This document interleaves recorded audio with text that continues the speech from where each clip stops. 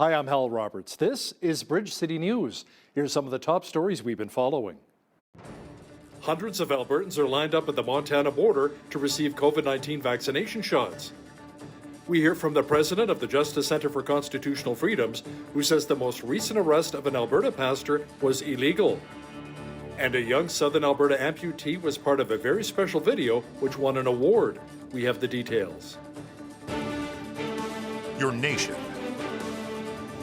your province, your Southern Alberta.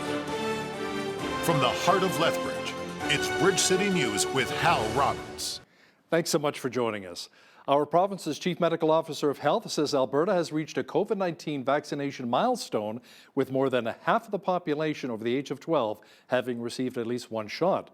Dr. Dean Henshaw says new case numbers are dropping, but the province's positivity rate is still a concern. She says, however, it's safe for kids to go back to school next Tuesday after the long weekend, except for students in the regional municipality of Wood Buffalo, where cases are higher. There were 905 new COVID-19 cases on Wednesday, bringing the total active cases in the province to just under 19,000. Here in the South Zone, there are 925 active cases, including 281 here in Lethbridge, 129 in Lethbridge County, and 155 in Medicine Hat. Fortunately, over 200,000 Albertans have also recovered from COVID-19. It is one of the most neighborly acts of kindness. First Nations people in Montana have donated an excess of COVID-19 vaccinations, and they're sharing them with their Canadian neighbors. Bridge City News was at the Carway border crossing where the clinic was taking place. It's a sight we haven't seen in more than a year. Amidst the backdrop of the Rocky Mountains sits a line of cars full of Canadians waiting to cross the Carway border into neighboring Montana. Albertans, like Geraldine Smith, anxious to get a second shot of the COVID vaccine. We're just a little nervous about waiting for 4 months. And so that's why we come. My husband's has had Crohn's for 30 years. He's on a biologic. And so we're not sure that the vaccine, the first dose, will be enough to get us through. This neighborly kindness began with an excess supply of vaccines in Montana's Enskampe-Piikani Nation that were about to expire. With 95% of them already vaccinated, they offered it up to Canadians. And working with the state of Montana and the doctor that has offered more doses that the state of Montana wants to open up for Albertans. And so we'll work with them and Enskampe-Piikani will continue to provide their excess doses to our Blackfoot members and the public. So we don't know how much longer, but really hoping that we start to see more availability of second doses in Alberta, and this is what a lot of people are coming for, is second dose. Yeah, I just saw on Facebook that they had a short line today, and I figured if no one else is going to go, I might as well go get a vaccine and get all up to date. This will be my second one, actually. So I have no faith in our federal system, so I think he's failed in procuring a vaccine supply for all of Canada. So because I have no faith in that, I'm down here to try and look after myself. Canadians getting vaccinated will receive papers to show that they actually got their shot in the arm today. They will then be required to turn right around, cross through that border crossing right behind me. Now, those papers will exempt them from that 2-week quarantine period required by the Canadian government. I am so thankful for the U.S. and the Blackfoot Nation opening up to us as fellow Canadians, because I think that that's like to give us free vaccinations. We talked to a young fellow that came, and he said they just want everything back to normal, and so do we. So, I mean, how North American is that? For Bridge City News, I'm Jeanette Roche. On May 16th, another Alberta pastor was arrested for breaking public health orders. This time, it was Calgary pastor Tim Stevens of Fairview Baptist Church. He was taken into custody following his church service and spent 2 days in jail. According to his lawyers with the Justice Center for Constitutional Freedoms, Pastor Tim's arrest was illegal. Now, to discuss this in more detail is the president of the Justice Center, John CRYPT. John, how was it illegal if Pastor Tim was allegedly breaking public health orders? The arrest was illegal because police can only arrest you for breaking a public health order if the police have an injunction, a court injunction that authorizes the police to arrest you immediately and toss you in jail immediately. Without an injunction, what police can do is they can issue a $2,000 ticket, but then they don't arrest you and toss you in jail, and you have the right to plead not guilty and defend yourself against the $2,000 ticket. And you actually have the right to force the government to produce medical and scientific evidence in court to try to justify its public health measures. So when the police arrested Pastor Tim Stevens, there was no injunction that the police had to authorize that. So the arrest and the imprisonment of Pastor Tim Stevens was completely illegal. Thanks so much, John. That was John CRYPT, president of the Justice Centre for Constitutional Freedoms, joining me from Calgary. The Lethbridge Airport received a funding boost to the tune of $7 million today.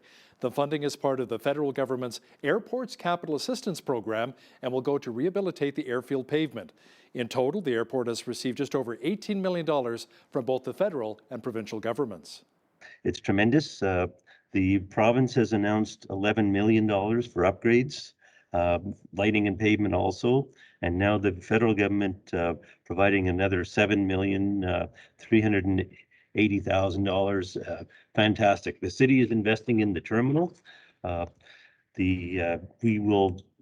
We plan to have a very modernized terminal and a modernized airport that is ready for the challenges of security and air travel when COVID is behind us and when people are ready to travel. The mental health crisis has become a parallel pandemic to COVID-19. That's according to a 2021 report from the United Nations. Here in Lethbridge, video journalist Naveen Day spoke with Lethbridge Family Services about help they're offering when it comes to suicide prevention.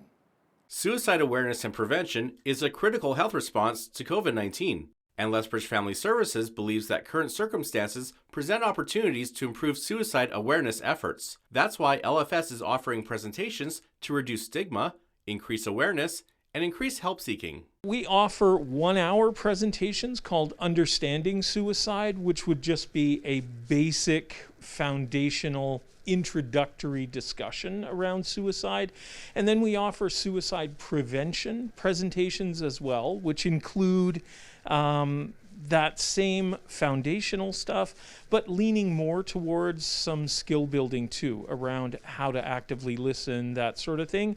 And then suicide intervention training is a full 2-day workshop for people who are gatekeepers, people who work with potentially at-risk populations. Some promising news from the province's Office of the Chief Medical Examiner shows preliminary data to indicate the number of suicide cases in southern Alberta in 2020 was 107. That is compared to 119 and 123 in 2019 and 2018, respectively. Thompson says the numbers are dropping, partly because of increased awareness. That is a part of the mandate of outreach and education here. We do educational presentations, workshops, and trainings to support increased awareness, increased help seeking, and an opportunity for people to develop skills and decrease the stigma around conversations around suicide in particular. The trainings and workshops take place from June to August. You can get more information by visiting their website at lfsfamily.ca. For Bridge City News, I'm Naveen Day. 13-year-old Nevaeh Fair from Barnwell, Alberta has received a very special award. The teenager lost her foot in a farming accident and was featured in a video for the War Amps. The video won the Gold Award in the Causes and Awareness Campaign category at the 2021 Communicator Awards in Kentucky. The War Amp shared how impactful Fair's message has been for farming safety.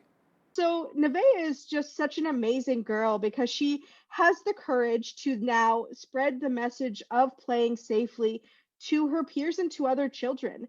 And so she knows, what it is like to have an unfortunate accident and to lose her foot.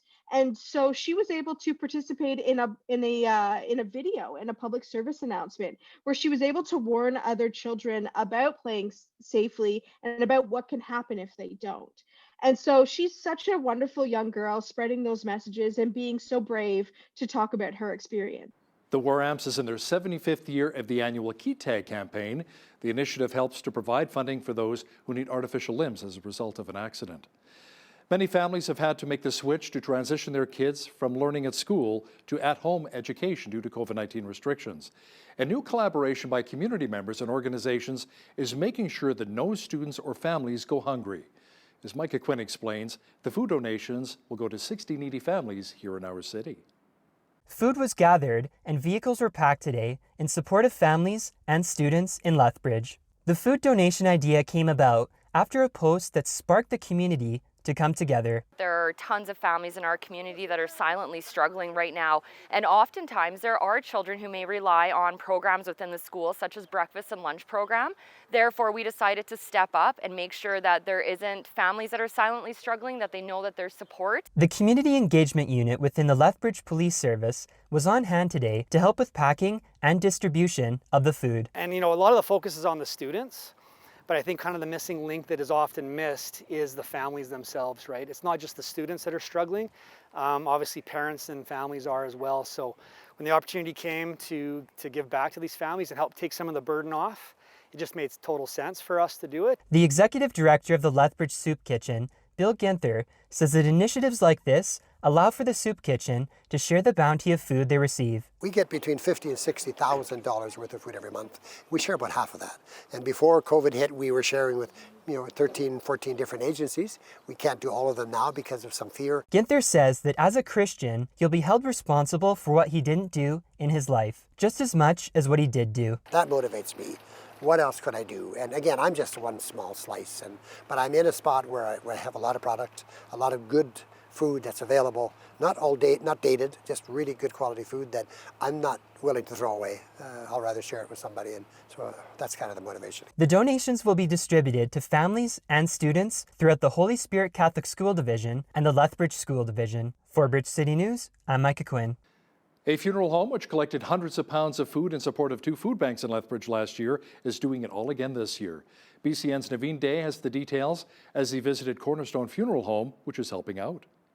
In a recent Facebook post, Cornerstone Funeral Home said they were blown away by the support they received from the community when they hosted a food drive last year. The donations were collected in support of the Lethbridge Food Bank and the Interfaith Food Bank. Travis Zentner, who is a business manager for the funeral home, says he hopes that this year they can meet or exceed last year's donations. We partnered with them last year and found an incredible amount of support from our community from just being a simple drop-off location. Last year for our food drive, we actually have a blue bin out front here, and we actually had to empty that about 3 times or so roughly last year. And so we're hoping to do better this year and even give as much as we possibly can back to our community. Over at the Interfaith Food Bank, Executive Director Danielle McIntyre says the funeral home has been a long-time blessing to the community. Cornerstone has been an amazing supporter of our local food banks for many years, and having them have this food drive for us at this time of year is fantastic in helping us make sure that our shelves are stocked for families in need. It is something that's really nice because it's a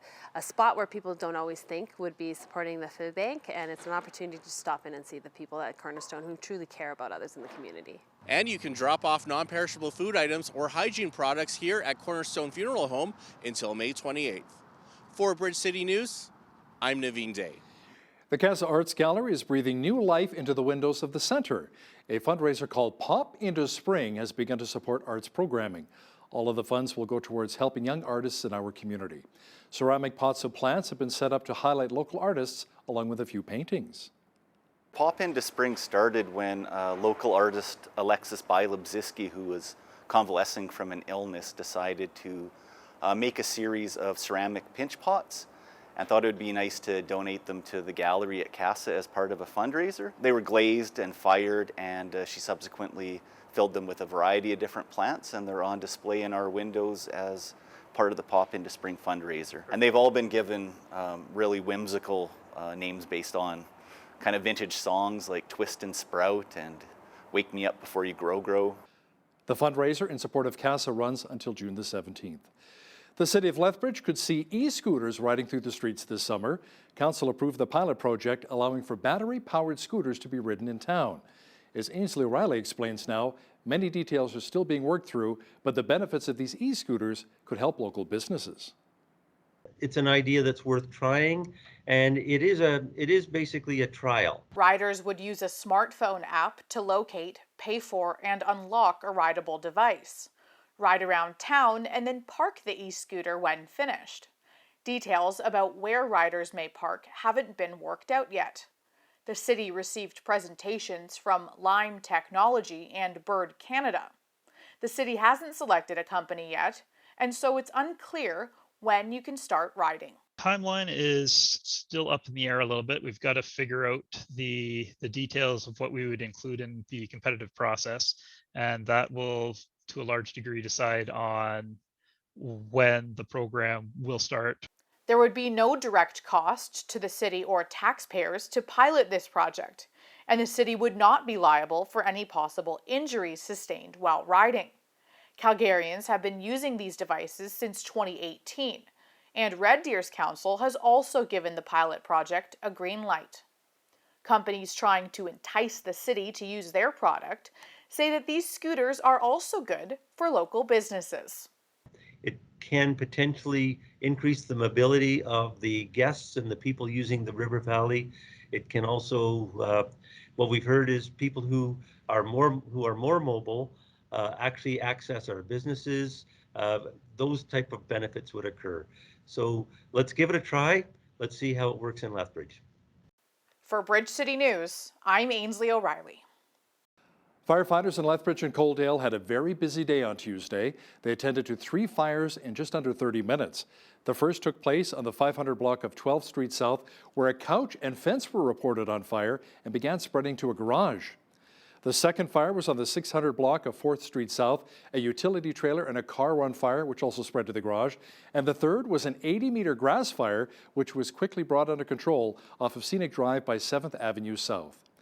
Fortunately, there weren't any injuries, and Lethbridge police say all fires are being treated with suspicion as investigations are ongoing. A special place which almost went up in flames in 2017 is Waterton Lakes National Park. The Keno wildfire burned thousands of hectares, but fortunately, the town was saved and a lot of the area has since seen regrowth. Waterton truly is a treasure here in southwestern Alberta. Shamir Sulman is the vice president of the Waterton Park Chamber of Commerce, and he also owns Bayshore Inn. He says when visitors come to Waterton for the first time, they're simply in awe. They see the pictures, but when you see it live, that valley view, the Prince of Wales Hotel, walking along the beach, the hikes, you almost feel like you're a little bit back in time, a little bit, because you feel like it's the Banff of 40 years ago, where it's all family-owned and operated businesses. So your small town ice cream shops, everybody knows everybody. It's all owner operated. So, you walk into Pat's, you're meeting the owner. You walk into my hotel, you're meeting me. You're walking into all the other restaurants. It's their family recipes for generations that have been there. So it's a different feel. Mr. Sulman and Jeanette Rocher will have more on the beauty that is Waterton Lakes National Park. That is coming up after business news. People who live in the Berg subdivision just outside of Prince Albert, Saskatchewan, have been ordered out of the area. A large forest fire that began Monday afternoon continues to grow near the province's third largest city. It is not clear at this point how many homes are affected by the latest evacuation order, but the fire forced 50 homes to be evacuated yesterday. RCMP officers have arrested at least 5 people in a remote area of Vancouver Island. Protesters opposed to old-growth logging in the Port Renfrew area have set up forest camps in an attempt to halt the logging. The police, however, moved in to enforce a BC Supreme Court injunction. Today, the RCMP started the enforcement of the Teal Jones Corporation at the Prairie Creek watershed. Some arrests have taken place, and we are still in the process of going through the camp and advising everybody that wish to leave freely. I don't have the exact numbers of occupants at this point. However, we do have a number of resources on site here ready to deal with any protesters. Daily COVID-19 case counts and hospitalizations in Ontario are trending lower. The province's top doctor gave hospitals permission Wednesday morning to resume non-urgent surgeries and procedures. Ontario's fiscal watchdog says it'll take more than 3 years to clear a backlog of more than 419,000 procedures. The province reported 1,588 new cases, along with 19 more deaths attributed to the virus. Well, we had a cooler spring-like day here in southwestern Alberta, and those cooler temperatures will remain. In fact, we may even see some snow developing overnight. A full look at the weather picture is coming up. The temperature has cooled off considerably here in the city. A cold front and low-pressure system have arrived, bringing a little bit of moisture as well. In fact, tonight, we can expect rain, possibly mixed with snow, in a low near +1. Tomorrow, rain mixed with snow with a temperature steady around 0. Friday, periods of rain again with a high of only 4 degrees. It should begin to clear somewhat on Saturday. Expect clouds mixed with sunshine and a high near 9. Mainly overcast and 11 degrees for Sunday. Holiday Monday, expect more rain developing, but a high near 14. Tuesday, a break in the clouds and a high of 16. The average high for this time of year is 19 degrees with an average low of 5. The highest temperature on this date was recorded in 1964 at 30 degrees, and the record low was a chilly -6 in 2003. Sunrise was at 5:41 and the sun will set at 9:15. Looking at the national forecast for Thursday now, expect lots of sunshine and 17 degrees for Victoria, BC. Just a few clouds and 16 is on tap for Vancouver. It'll be mainly cloudy and 7 for Edmonton on Thursday. Periods of snow and a high of only 2 degrees for Calgary. Expect showers and 8 degrees for Regina. A 40% chance of rain and 5 degrees for Saskatoon tomorrow. You should see rain and 14 in Winnipeg on Thursday. Lots of humidity and 29 is on tap for both Toronto and Ottawa. It'll be mainly cloudy and 28 degrees in Montreal. In Atlantic Canada, it should be mainly sunny and 25 in Fredericton, New Brunswick. Sunshine and 19 for Halifax, Nova Scotia. Clearing and 17 in Charlottetown, PEI. And in St. John's, Newfoundland, you'll see sunshine mixed with cloud and a high near 13 degrees for Thursday. Today's weather is brought to you by Jeff Reimer of Royal LePage South Country Real Estates, 403-380-1779. Stats Canada says the annual rate of inflation increased to 3.4% in April. That's the highest level since 2011. The increase from 2.2% in March was fueled by a record 62.5% jump in gasoline prices as they rebounded from an 11-year low a year earlier at the start of the pandemic. Some economists say the jump in prices reflects the recovery since the lows of last year. They say price pressures are likely to continue as demand accelerates and the supply of goods takes time to catch up. The Canadian dollar continues to hit levels against the U.S. dollar it has not seen since May of 2015. Investment strategists say the dollar's rally is being driven by the broad rally in commodities. They say the loonie could rise to 84 cents U.S. in the next few months. Anything higher, however, would require oil to trade near $80 U.S. a barrel. Crude prices consolidated above $66 U.S. a barrel recently over the prospects of rising demand in the United States, where COVID-19 vaccinations are prompting a rebound in travel ahead of a busy summer season. The European Union has taken a step towards relaxing restrictions on travel for visitors outside of the bloc if they have received a COVID-19 vaccination. EU ambassadors have agreed that strict measures imposed on non-essential travel last year to contain COVID-19 outbreaks should be lifted. An EU spokesperson says the European Council will now recommend that member states ease some of the current restrictions for those who are fully vaccinated. Now, here's a look at today's markets. The TSX was down 90 points in the day to finish at 19,417. The Dow was down 164 points to 33,896.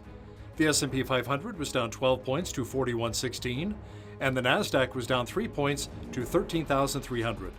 West Texas Intermediate Oil was down 217 to 63.32 U.S. per barrel. Natural gas was down 5 cents to 296 U.S. Gold was even at 1869.62 U.S. an ounce, and silver finished the day at 27.74 U.S. an ounce. Wheat is at $342 per metric ton, barley's at $350, canola's at $9.23, and corn is at $395 per metric ton. Live cattle were up 15 cents to $116.90. Feeder cattle were down 63 cents to $136.58, and lean hogs were up 30 cents to $110.95. The Canadian dollar was up slightly over the past 24 hours to 82.48 U.S.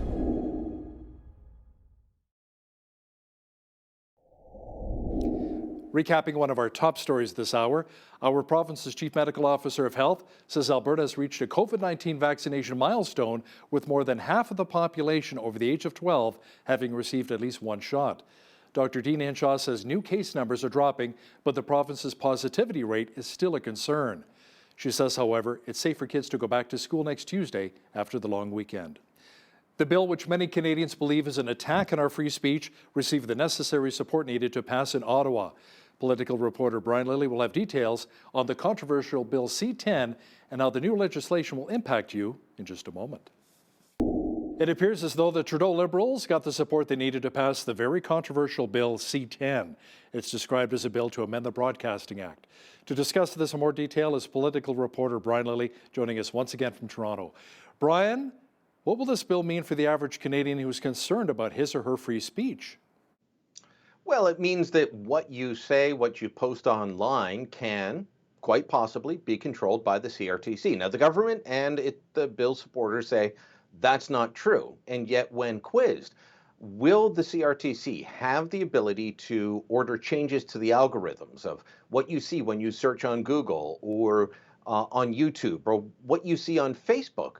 The minister would not say no. And the reason he wouldn't say no is because he can't say no. It's right in the bill that what they continually call discoverability of Canadian content is written right in there. And so just like the CRTC can and has ordered radio stations for years, if they play music, they have to play at least 30% Canadian content, then, well, they're going to be able to do that with your social media feeds. So if you're following too many Americans, guess what? You're going to be on your Instagram feed, suddenly it's going to be popping up that here's a Canadian to follow this person, follow that person.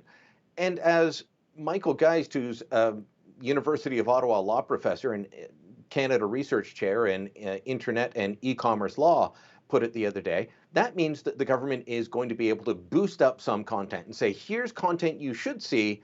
That means they're also going to be saying, here's content you shouldn't see. That is the government controlling what you see on the internet. I've equated this bill for a long time to AOL circa 1995. It got you online, but it didn't get you to the internet. It got you to what they wanted you to see at the time. And maybe that's what you want. But if you want the internet, if you want the World Wide Web, then we won't have that in short order in Canada because of the restrictions that will be put in place by the CRTC through this bill and others the Liberals are bringing forward. Now, speaking of freedoms, concerns over freedom this summer were recently raised on the Hill when Ottawa released their reopening plans. Part of the plan said we need to have about 75% of Canadians to be vaccinated with at least one shot and 20% with 2 shots before restrictions can be lifted. Brian, does that kind of go against what the provinces said their plans would look like? It goes against what every province has talked about. I mean, Saskatchewan is about to start reopening May 31st or is it May 30th, with a 70%. They're going to hit a 70% target of adults being vaccinated, and they're going to start the reopening plan. Quebec has just announced their reopening plan, and they're nowhere near that level yet. They will get there shortly, but they'll be reopening before they hit the 70% mark, never mind 75%. And there is some concern that we may not get to 75%, that we might hit a threshold of about 70 to 72, 73% of the population, and then it'll just plateau where there's a certain number of people who say they will not get the vaccine because they're opposed to it. There are some people who cannot get the vaccine for medical reasons. I was just speaking with someone the other day who has a severe bee allergy. They can't get the vaccine. They'd like to get it, but they can't. So you add all those together, and then you add in the fact that at a certain point, especially with younger people who are less susceptible to COVID-19, they're just going to say, yeah, you know what, everyone else has it, I don't need it, and besides, the clinic's way over there. So we may not get to that 75% level, and yet the Trudeau Liberals say 75% 1 dose, 20% 2 doses before you can start loosening restrictions, and then we need to get everyone to 75% at 2 doses before we can have things like in-class learning this fall. That may not be feasible, and it goes against what every other province's plans that have been released so far talk about. Again, this is the Trudeau Liberals, the federal government, trying to dictate to the provinces what they should do in an area where it's actually the province's responsibility. Now, while Prime Minister Trudeau says he wants provinces to keep restrictions in place, Brian, he still will not act on some obvious loopholes at the border. Now, you've investigated the story quite thoroughly. What did you discover? Well, between my own stories and those by me, colleagues at other media outlets, let me just give you some of the highlights. 88,000 people over a 2-month period were deemed exempt from the hotel quarantine. So, we're all told that if you fly out of the country, then you fly back in, you've got to spend 3 days at a hotel at $2,000. Yet 88,000 people were deemed exempt, and the federal government wouldn't explain why. Another story was about hundreds of private jets flying into airports where they don't have COVID hotels, and even into airports like Pearson, more than 800 flights with private charter jets where they say, we'll have you tested and out before you can even get to the hotel. So there's another loophole. Then at the land border, they tested just over 120,000 people, which works out to about 16% of all the travelers crossing at the land border after you take out the commercial truckers, because commercial truckers that go back and forth every day are exempt from the testing. Again, they wouldn't explain why. Then you look at their claims that we have the most secure borders. We're way behind other countries in terms of how they manage their borders, so that's one lie. They say that non-essential travel is banned, and yet we're at double what we were last year. And then finally, they say, well, it's just Canadians, and we have to let Canadians back into the country. That's true. Canadians have the right to leave or re-enter Canada, and it would be unconstitutional to stop it. But there's lots of other COVID measures that are unconstitutional. But I digress. 110,000 foreign nationals came into Canada between February 22nd and April 18th. That's more than the 105,000 Canadian citizens and permanent residents that came in that same time period. More foreign nationals than Canadian citizens or permanent residents. It doesn't make sense. And yet, even as we get more cases of the 617 Indian variant showing up, the Trudeau Liberals continue to say the border's not an issue. It doesn't lead to more cases. What are we dealing with in Alberta, in Ontario? Third waves driven by the UK variant that back in December they said travel's not an issue. Don't worry about this. We've got the best system in the world. That's clearly not the case, and we can't continue to try and have restrictions for locals while we leave the back door open. Now, the border is somewhere that many Canadians may be rushing to, not just for a Krispy Kreme donut like I would be doing, but for a COVID-19 vaccine. Brian, under some conditions, you say Canadians can go to the United States for a vaccine shot and not have to quarantine? Yeah, this came from pressure by the city of Windsor, which of course is right across from Detroit.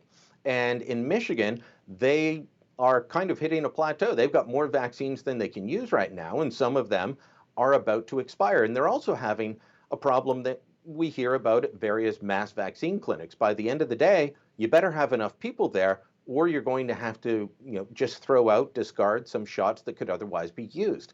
Well, people in Detroit were saying, we'd like to offer this to the city of Windsor. We want to vaccinate our neighbors. And it took almost a week for the mayor of Windsor and the head of the local hospital system in Windsor to get an answer that yes, if you go across the border to get a vaccine, that you don't have to quarantine coming back. Now, I got excited because you know where I am, Hal, in Toronto. It's very close to Niagara Falls and Buffalo. I could zip across in about an hour and a half. And I thought, great, I'll go over, I'll hit CVS, I'll get my vaccine, I'll do some shopping, I'll go to, get some buffalo wings, the home of the chicken wing. No, you've got to go straight there and straight back. And you need a note from a Canadian medical professional, and you need it in writing that you have an appointment with someone on the American side. So it will be pretty strict. You can't use it just for tourism. You can't go get a Krispy Kreme, but they are allowing this to happen on a larger scale than what we've seen with the provincial agreements,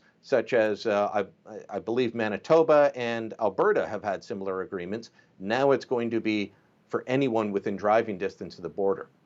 Brian, but who am I kidding? Any donut will do. I mean, I love Tim Hortons donuts just as much as Krispy Kreme. You say donut, I'm there. I'm almost like Homer. Now, the head of Canada's vaccine task force, Major General Danny Fortin, was removed from his post recently over sexual misconduct allegations, Brian. And some of these allegations go way back to 1989. 1989, when he was at the Royal Military College in Saint-Jean-sur-Richelieu in Quebec. A school that closed shortly thereafter. It is we're talking about allegations that go back 31, 32 years. We don't know what they are. we don't officially know what they are. According to some media reports, Fortin is alleged to have exposed himself to a woman. Now, we don't know the details. He only learned of the allegation through a reporter calling him this past Sunday. Even though the military had been investigating for months, the Prime Minister had known for weeks. Fortin still didn't know what the allegation was when he got a call at his home this past Sunday. And he says he denies the allegation. Now, what gets me is that on Tuesday, Prime Minister Justin Trudeau was asked several questions about this at a news conference, Hal. And he's talking about allegations that are 31, 32 years old, and he's sitting in judgment of Major General Danny Fortin. Now, I believe that the allegations against Fortin or anybody else in the military, they need to be investigated. But we've got a Prime Minister sitting in judgment who faces his own allegations of groping a woman at it's always known as the Kokanee Grope at the Creston Valley Summit back in British Columbia back in 2000. And he just simply said that she experienced it differently, that he doesn't recall any negative interactions. And he's allowed to skate away on this. He's allowed to get away with it. It rings hollow when the man at the top trying to set the rules and saying the military needs to do better has never been held to account himself. Brian, Enbridge's Line 5 pipeline remains up in the air. Now, the line that takes Alberta oil to Ontario and Quebec did come up in Canada-U.S. trade talks this week. What can you tell us? Well, International Trade Minister Mary Ng brought it up during a virtual meeting regarding USMCA, the new Canada-U.S. trade deal. They were, discussing various elements of that, and she raised this in a very stern way, saying that don't let this get in the way of ongoing trade. The Trudeau government is finally taking this issue seriously.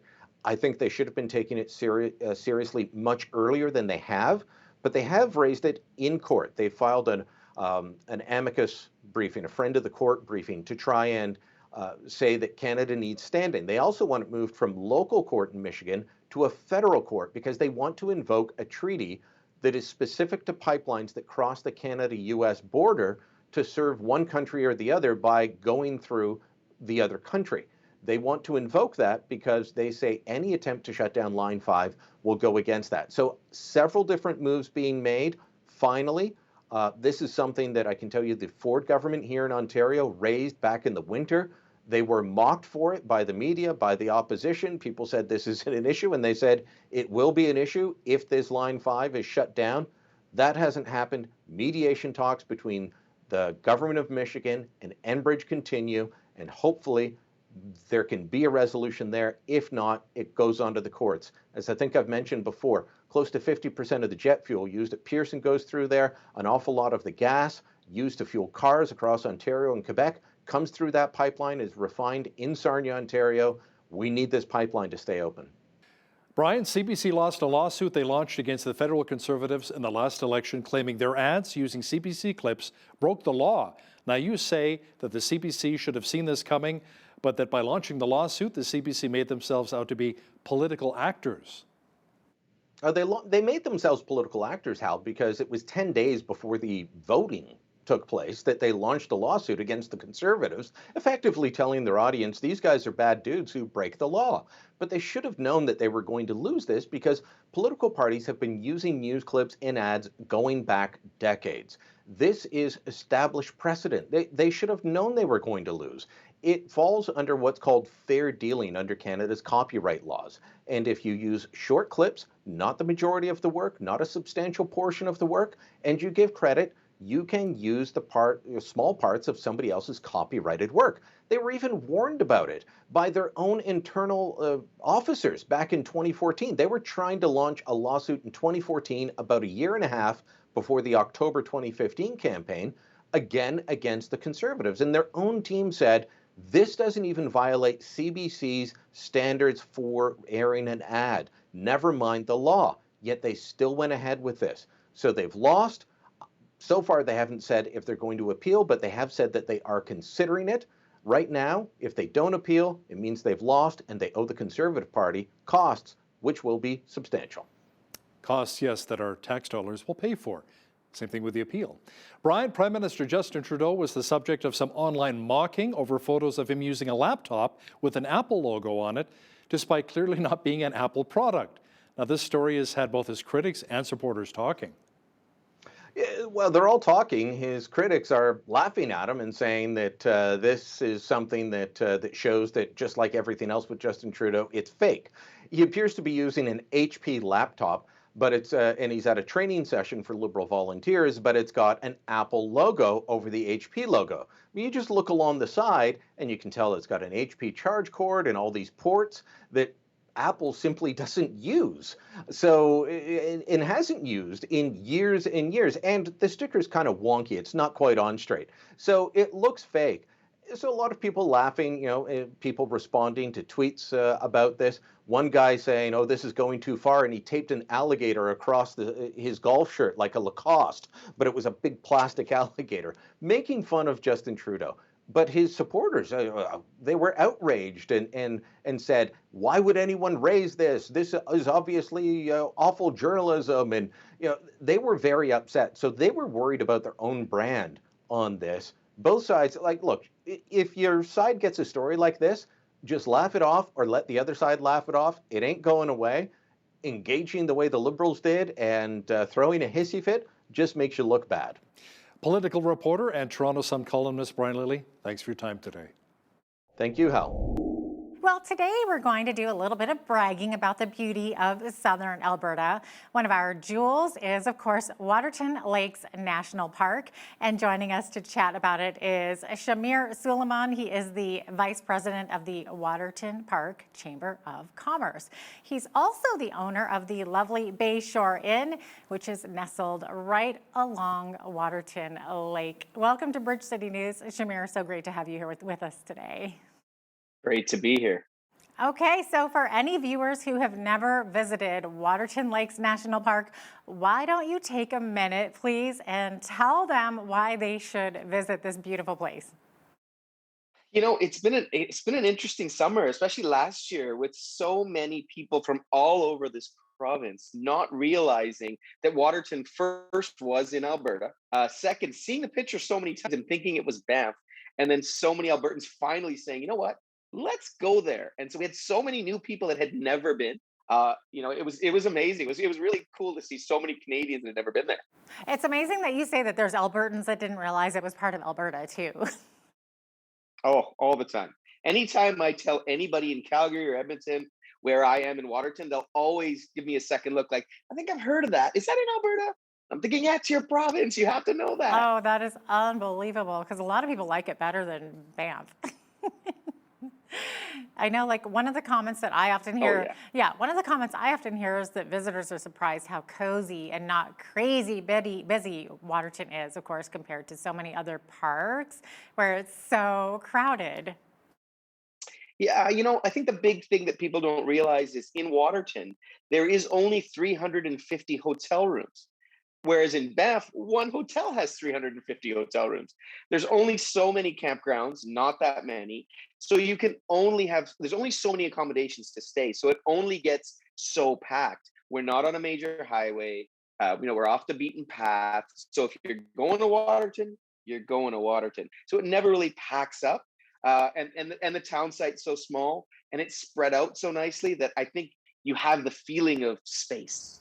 Okay, that is a really good point too, because it is kind of nestled down there off of major highways and stuff. So what are some of the comments that you've heard from visitors over the years? For us, it's usually surprise. It's usually, oh my God, this is beautiful. They see the pictures, but when you see it live, that valley view, the Prince of Wales Hotel, walking along the beach, the hikes, you almost feel like you're a little bit back in time, a little bit, because you feel like it's the Banff of 40 years ago, where it's all family owned and operated businesses. So your small town ice cream shops, everybody knows everybody. It's all owner operated. So, you walk into Pat's, you're meeting the owner. You walk into my hotel, you're meeting me. You're walking into all the other restaurants. It's their family recipes for generations that have been there. So it's a different feel. Yeah, it totally is. Now, there was a lot of construction last year with the building of the new visitor center, right? So, when is that going to be completed, and what kinds of benefits will tourists see with this new facility? So we're really excited about the visitor center. It looks gorgeous. It is, I'm going to say 95% complete. I spoke to Parks Canada this morning. They are pumping the brakes a little bit because of all the COVID restrictions. So they hope to have it open by September, but maybe earlier. But to see it, it's 95% complete. So it's great. Yeah, no, that's fantastic. I'm excited about that. You mentioned COVID restrictions. So, with those restrictions, you probably didn't have a lot of American or international visitors to the park last year. And that might be the case this year as well. I guess time will tell, right? So, how has traffic been, and where are people traveling from? You know, we thought last year we were really scared. We were hoping if we got 50% occupancy, we were happy. We ran sold out all year, and this year looks to be pretty much the same. So for us, I think there's still so many Albertans that have never been to Waterton. Right.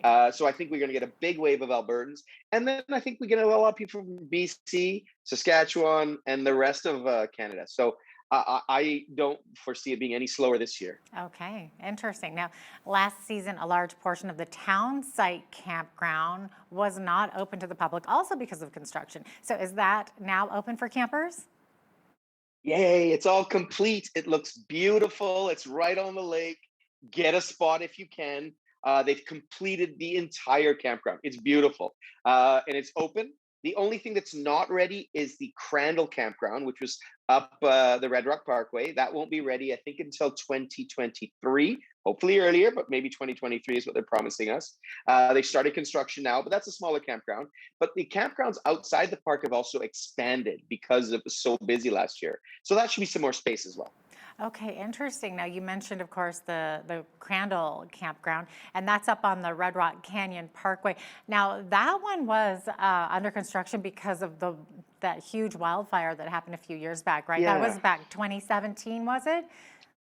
the 2017 Kenau wildfire. Yeah. Yeah, so I know because of that wildfire, the Red Rock Canyon Parkway and also the Acamina Parkway, they were closed to vehicle traffic for a few seasons there. But I think good news, right? Those actually opened up more recently, Yes. right?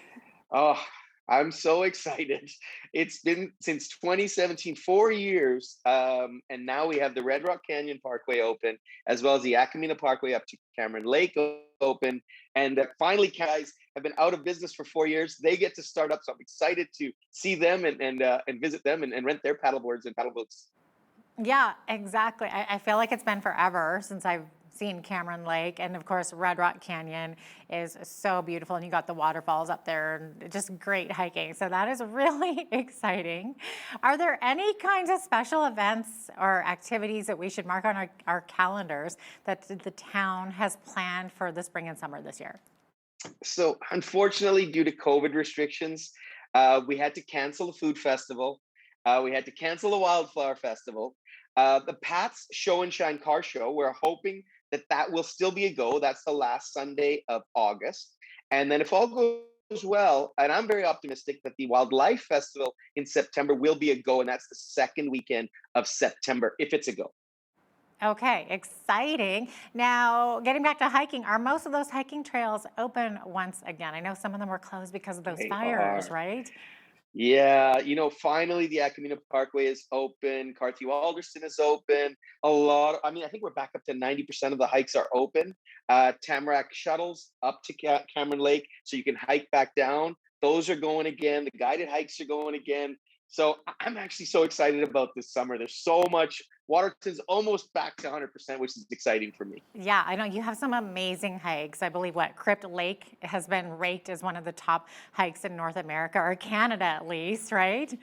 Yeah, it was Yeah, North America, and it's a great hike. Great hike. it's by far my favorite. I think I've done it 3 times now. So speaking of that, you have to get across the lake on a boat. Are those cruises running this year? So shoreline cruises aren't running yet.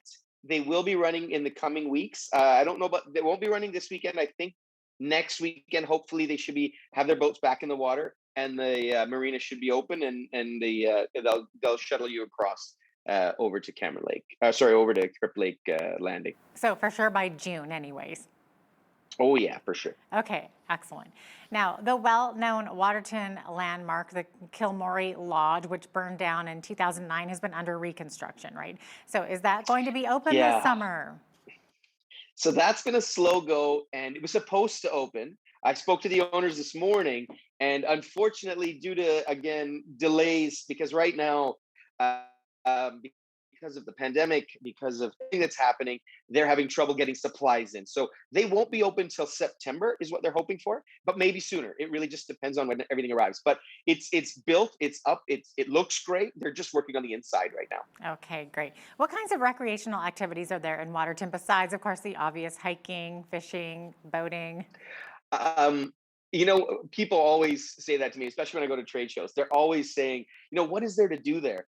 Waterton has so much to do. For starters, the golf course was taken over by Lakeland Management, which is exciting. They own a bunch of golf courses. They've taken over ours, and they plan to make big improvements. So the golf course is always fantastic. Stanley Thompson golf course. Horseback riding, they're back in their stables now. We built them brand new stables, or I shouldn't say we, Parks Canada did. And beautiful stables. So that's up and running. That's always great to do. And in town, there's paddleboarding in Emerald Bay, canoeing with glass bottom canoes. Those are really fun to do.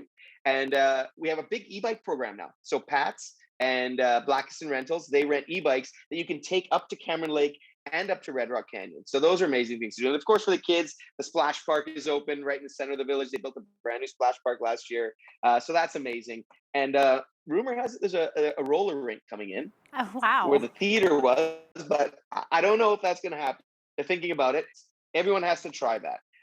That's another amazing experience that came in a few years ago. So that's been great. And then of course all the other staples, all the biking, and of course all the hiking and shoreline cruises and all the usual fun stuff there is to do in Waterton. Yeah, of course. So what kinds of facilities are available for those of us, for anybody who can't maybe stay the night but just want to enjoy the park for the day? The good thing is Parks Canada has set up picnic tables all over now. So, of course, all the dining you can still enjoy. So many people showed up with just blankets and packed the beaches. And one thing I would love to say, and if you can get this message out, we want everyone to come, but clean up after yourselves. Last year, we had a big garbage issue. I think a lot of people aren't used to national parks. We want to remind everyone that anything you bring in for trash, you got to take out for trash. We're a jewel, and it's all for all Canadians, and want everyone to really enjoy it. Oh gosh, great advice. Absolutely. Keep our parks clean. Now, for those who do want to stay the night or for a week or two, how far in advance would a person have to book ahead for a hotel or a motel or even a campground spot? Right away. Right away. I think everyone is probably hovering around 70, 80% by now, I'm assuming. So if you want for sure weekends or even during the week, I mean, it's summer, every day is a weekend. So book as soon as possible. Get it booked, get it in. It's something you need to see. It's in your province and it's amazing. Right. And I think the campgrounds are booked through Parks Canada website. Yes. Yes. Yeah. Okay. They're booked through the Parks Canada website. Okay, Yeah. excellent. Now, I know your hotel, Shamir, the Bayshore Inn, has some really nice dining. Are there any other special spots that you like to promote as part of the good eating in the town of Waterton? I know there's a lot of good eats there, aren't there? Yeah, oh, for sure. That's one thing that Waterton is definitely known for. The Lakeside Shop House is our restaurant. It's right on the waterfront. A place for me is always the Thirsty Bear. For those of you local in Southern Alberta, everybody knows about it now. It's been fully renovated, amazing food. You have to try Trappers Barbecue. It's right on Main Street. Zum's, I love their fried chicken. Julie's Taco Bar, that's been a staple for the last few years. It's amazing as well. But really, give it a chance and try it all. If you can, it's great. There's a new pop shop that opened in Waterton too. That's great as well. That's awesome. I like Wieners of Waterton too, with the big smokies. Those are awesome. Those gourmet They're hot always dogs. good. Oh yeah, you gotta have a Wieners of Waterton while you're in town as well. That's awesome. Now, any final thoughts to share with our viewers on what Waterton has to offer, as if we haven't, bragged enough about it? Covered it all already. For me, I see Waterton a little different. Waterton to me is this slice of heaven. It's this place that when you look at it, and there's very few places in this world that you look at the mountains, you look at the lakes, you look at the sky, you look at how pristine it is, the animals around, and you really realize God's creation and God's land. It's something you got to see, and it's in our backyard. We're so lucky to have it. Everyone needs to enjoy it because it belongs to all of us. Oh, absolutely. Thanks so much for being with us, Shamir. It's been awesome to have you on. Thanks for having me. Shamir Suleiman is the Vice President of the Waterton Park Chamber of Commerce and owner of Bay Shore Inn in Waterton. I'm Jeanette Roche on behalf of all of us here at Bridge City News. Thanks for watching.